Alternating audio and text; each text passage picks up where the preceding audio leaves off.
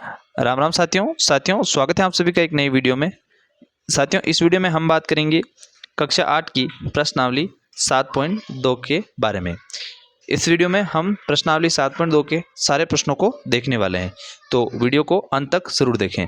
चलिए क्लास को शुरू करते हैं। हमारा पहला प्रश्न है, सेल के दौरान एक दुकान में सभी वस्तुओं के अंकित मूल्य पर 10% बट्टा देती हैं। 1450 रुपये अंकित मूल्य वाला एक जींस और 2 कमीजें, जिनमें से प्रत्येक का अंकित मूल्य 850 है, को खरीदने के लिए किसी ग्राहक को कितना भुगतान करना पड़ेगा। यहाँ साथियों बट्टे वाले क्वेश्चन हैं, तो सबसे पहले समझ लेते हैं बट्टा क्या होता है। बट्टा साथियों, बट्टा जिसे अंग्रेजी में सेल कहा जाता है, सेल यानी अंकित मूल्य पर दी जाने वाली छूट बट्टा कहलाती है। अब साथियों, बट्टे के प्रश्न दो प्रकार से पूछे जाते हैं। अगर किसी वस्तु का अंकित मूल्य दे रखा है और बट्टा जब हमें पूछा जाता है, तो हमें उस वस्तु का जितना प्रतिशत दिया होता है, तो अंकित मूल्य का वो प्रतिशत निकाल लेते हैं। जैसे यहाँ पर 10% दे रखा है, 10% बट्टा है, तो वस्तु का 10% हम निकाल लेंगे। और जब वस्तु को बट्टा सहित दिया जाता है, यानी विक्रय मूल्य अगर दिया जाता है, तो वहाँ पर हमें प्रतिशत को 100 में से घटाकर उसका भाग देना पड़ता है।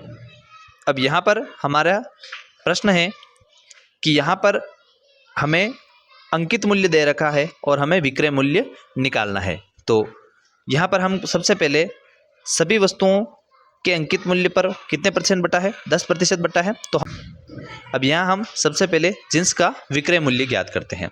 तो यहाँ पर जींस का अंकित मूल्य कितना है, 1450 रुपये। तो यहाँ 1450 का हमें 10% निकालना है। तो यहाँ हो जाएगा 1450 इंटू 10/100।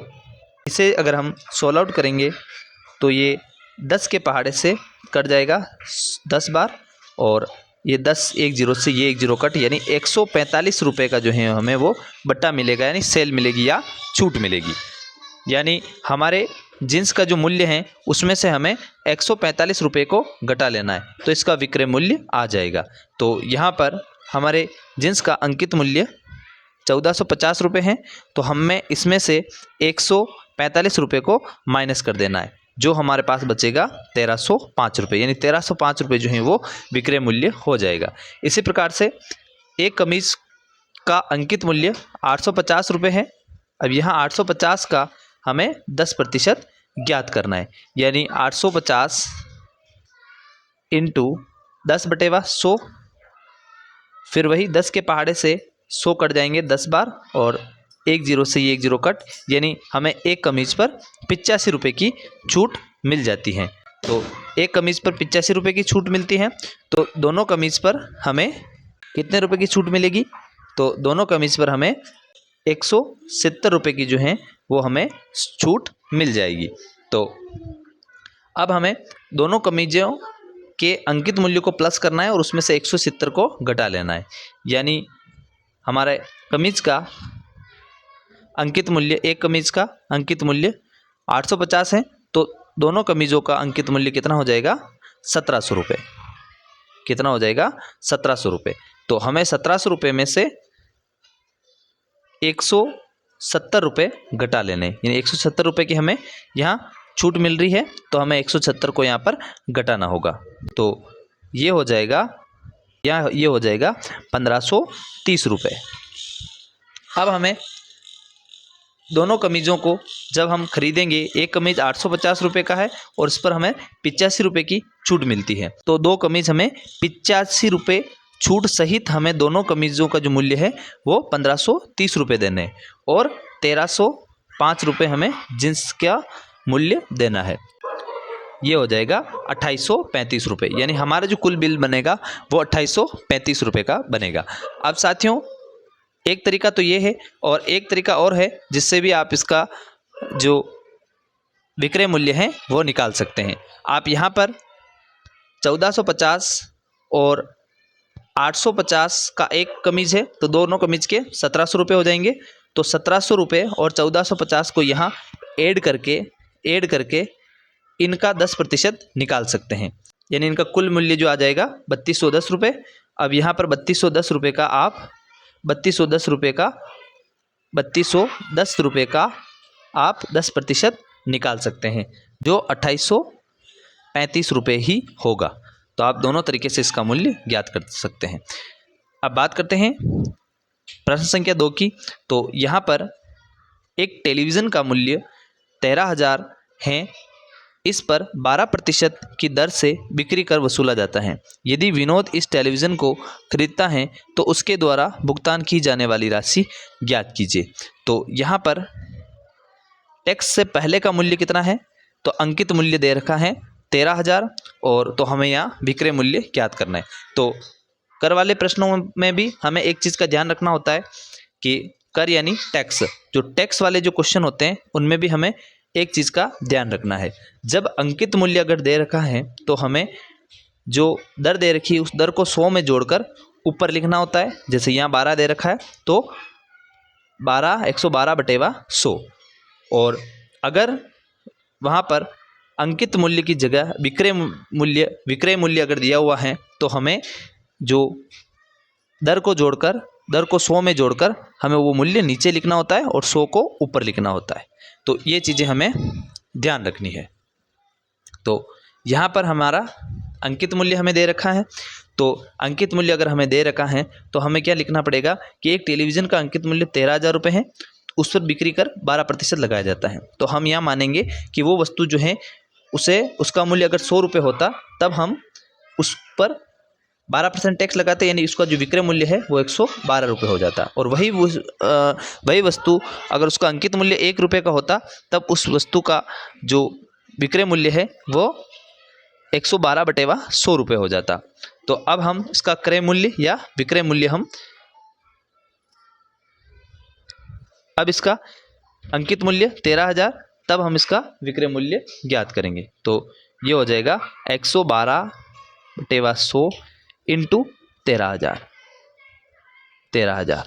तो अब हम इस तरीके से हम ज्ञात कर सकते हैं। यहाँ 130 बचे हैं, 130 को 112 से गुणा करेंगे तो 14,560 रुपये हमारा उत्तर आ जाएगा। यानी हमारा जो भुगतान की जाने वाली राशि है वो कितनी हो जाएगी, 14,560। अब यहाँ पर प्रश्न संख्या 3, अरुण एक जोड़ी स्केट्स पहिए वाले जूते किसी सेल में खरीद कर लाया जिस पर दिए गए बट्टे की दर 20% थी। यदि उसके द्वारा भुगतान की गई राशि 1600 है तो अंकित मूल्य ज्ञात कीजिए। तो यहाँ पर स्केट्स का जो विक्रय मूल्य है वो कितना है, 1600 रुपये। तो यहाँ पर बट्टे वाले प्रश्न में भी हमें यहाँ पर विक्रय मूल्य दे रखा है, अंकित मूल्य नहीं दे रखा है। तो हम क्या करेंगे, 100 में से घटा लेंगे 20% को, तो हमारे पास 80 बचेगा।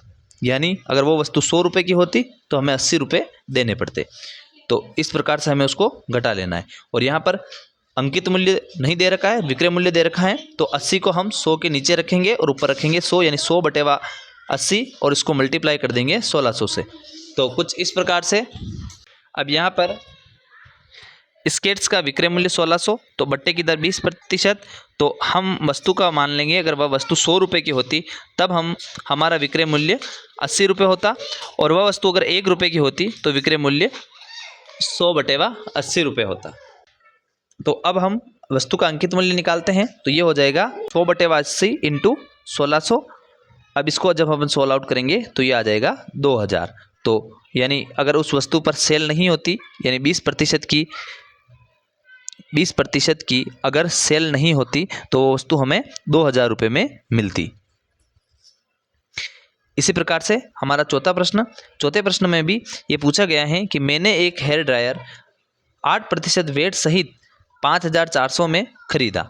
वेट को जोड़ने से पहले का उसका मूल्य ज्ञात कीजिए। तो वेट भी एक प्रकार का कर होता है। तो यहाँ पर हमें वेट सहित, यानी 8% का वेट लगा हुआ है और वेट सहित हमें 5400 रुपये में मिला। यानी ये जो है हमारा विक्रय मूल्य है, यानी हमारा जो विक्रय मूल्य क्या है, 5400 रुपये। तो हमें इसमें भी अंकित मूल्य निकालना है। तो यहाँ हेयर ड्रायर का विक्रय मूल्य कितना हो जाएगा, 5,400 और वेट की दर कितनी हो जाएगी 8%।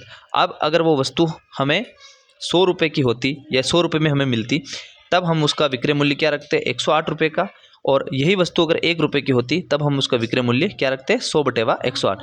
क्योंकि यहाँ पर वेट सहित कहा है, विक्रय मूल्य दे रखा है, अंकित मूल्य नहीं दे रखा है, तो हमें 108 को नीचे रखना है और 100 को ऊपर रखना है, यानी 100/108 हो जाएगा। अब यहाँ अंकित मूल्य 100/108 इंटू 5,400, और इसको जब अपन सोल्व आउट करेंगे तो ये आ जाएगा 5,000 रुपये। यानी अगर उस वस्तु पर वेट 8% नहीं लगा होता तो वो वस्तु हमें 5,000 रुपये में मिलती।